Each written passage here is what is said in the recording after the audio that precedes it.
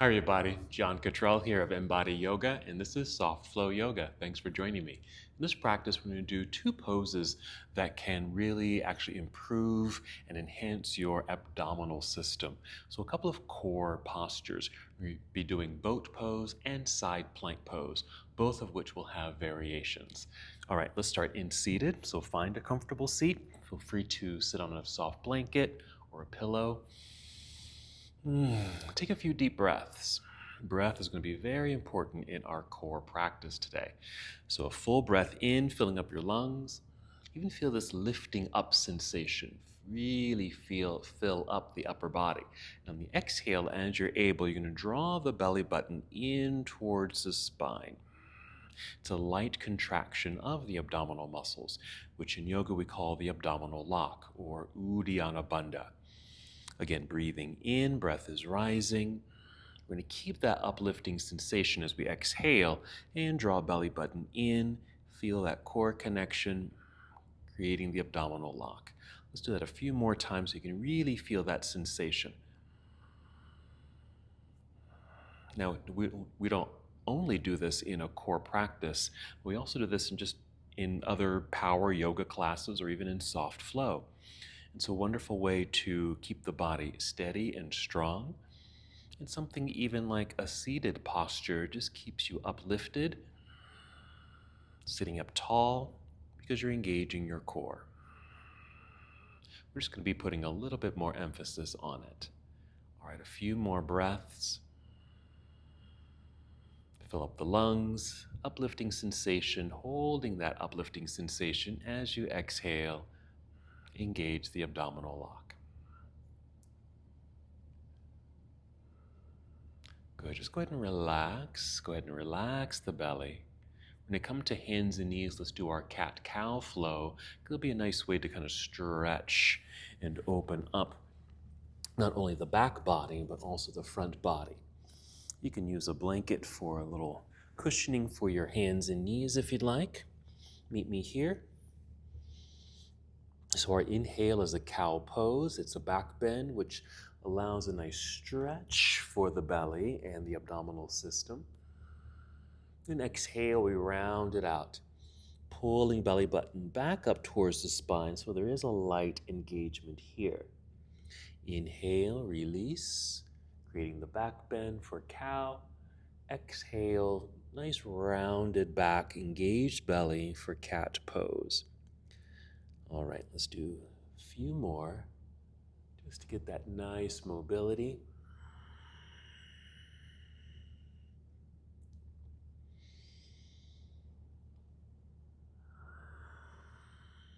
And one more.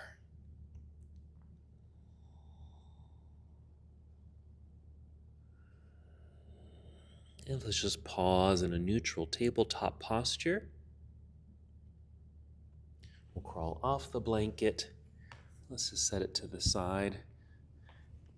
Let's go right to seated and start breaking down boat pose. I like boat pose because there's so many variations of the posture. So if you're new to the pose or really want to work your core or just want to do a soft flow method, here's what I like to do. So we're just sitting, knees bent, heels on the floor. At first, we'll keep the knees pretty bent here, almost 90 degrees. I'm going to change this during the practice. We're going to hold on to the knees, the bent knees here, just a way to lift yourself up. Feel as if you're sitting up against a wall or in a straight back chair. So with that inhale, we're going to feel tall. Keep that lengthening of the spine. Exhale, let's re-engage the abdominal system, engaging the abdominal lock. So we're going to keep that sensation of breath going. Next inhale, let's grow tall. Exhale, engage, and start to lean back just a little bit, not much. Now what we want to do also is to make sure our chin stays slightly lifted so that the neck is in the same alignment as the spine. Sometimes as we lean back farther, we drop the chin down, and that can actually, it changes the posture in the neck and the spine, but also it might block our breathing. So let's come back up, Tip chin up a little bit and hold. So I'm literally holding myself up. So this really can be your boat pose. Just a slight lean back, lifted chin, breathing in, fill up lungs, engaging, pulling belly button in. So we're really working the abdominal system here. Alrighty. If we want to turn up the volume just a little bit, you can just lean back a little. Make sure chin is slightly lifted. You can even free the hands. Now what happens the longer that we're here and the farther back we go, we're putting more tension on the abs. But as the abs tend to fatigue pretty quickly, what happens is the leg muscles here start to engage, and I can already feel my hip flexors engaging to help hold myself up. So this is where we can change the angle of the leg just to remove some of that engagement. So we're really working a little harder here. So when I come back up, you can even rest a little bit. I'm going to let my legs relax. And so if I take my feet out just a little longer, slight bend of knees, but still sit up nice and tall. Exhaling, leaning back, I'm finding more engagement here, less engagement here. You can still hold on a little bit as well. I'm also going to relax my feet a little bit, less engagement in the legs. Alrighty. I'm going to go back to a fuller version for our boat pose.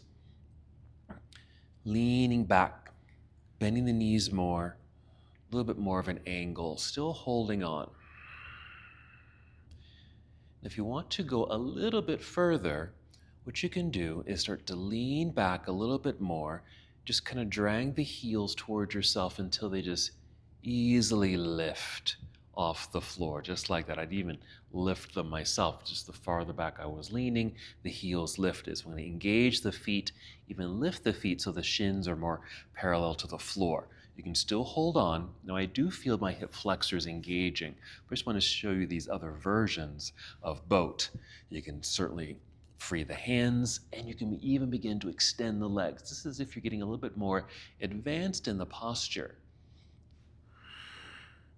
Just knowing that you can always come back to these versions, especially if you really want to work to have a strong core.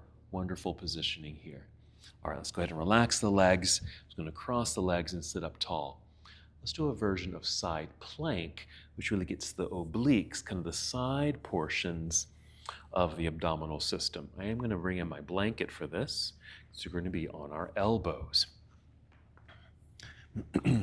So first, coming to hands and knees. Here. Coming down to the elbows here on the blanket. And I'm just going to step the feet back to extend the legs. I'm going to keep my right knee on the floor and just kind of swing my right foot off to the side just for a little balance because I'm going to open up sideways here. So this can be a version of the pose, but you can see it's a little awkward because since I've got the knee on the floor and my arm seems a little too low. So what I'm going to do here instead, you can bring in a block. I'm going to bring in my cushion. I'll give you another version of this one as well. So this just lifts me up a little higher. Then I can open up like this. This is nice. Really getting into the obliques. Being sideways here, you can even stretch this top hand overhead. Now this foot might float up off the floor, but you can even keep the toes on the floor here. I'm going to do the other side. Now keeping the knee on the floor and that foot kind of swung out, I call it a kickstand, really just for stability and balance, while this forearm is on the pillow. It's a nice stretch here for the hip as well. But I'll show you a more engaged version of this with the knee off the floor. Alrighty. Going back around, moving the pillow away. Let's go back down to both forearms here. Here's where I will step the feet back, lengthen the legs so I'm on my toes. Turning open. I just angled my arm for a little bit more stability. Stacked straight legs, but you can even stagger the legs or even place a foot on the floor like this just for a little extra stability, which actually works really nicely because you want this hip here to stay upright or lifting up towards the ceiling. Wonderful way to not only work the upper body, getting some hip work here as well, but working the sides of the body, particularly the underside. You really feel that engaging more since we're putting pressure into the floor with this right side. Okay, I'm going to do the other side here. Carefully. You might start like this, using my hand to help push to lift the hips off the floor. If you can do it just like this, you can be in this posture, making sure this right hip, in this case, is lifting up high. If you need extra stability, step that top foot over, push into the floor to keep this lifted. And there's our side plank. I'm just maneuvering my arm overhead. Just gives me a little bit more of a stretch. You're going to feel the more of an engagement on the underside. And one last bonus pose here. Come to what I call dolphin plank. It's plank pose, but with dolphin arms, meaning if we did dolphin pose, the hips would be in the sky with the forearms on the ground like this. But since we're a straight line, it's plank with the dolphin arms. And that too can work your core and of course the upper body. So that can be a nice little workout for you to incorporate into your practice. All right, let's come back to seated, nice and tall. Deep breath. One more. Very good. You can go ahead and bring your hands to your heart center. We'll take one last breath together. And as we come to the close of our practice, we bow, saying, Namaste.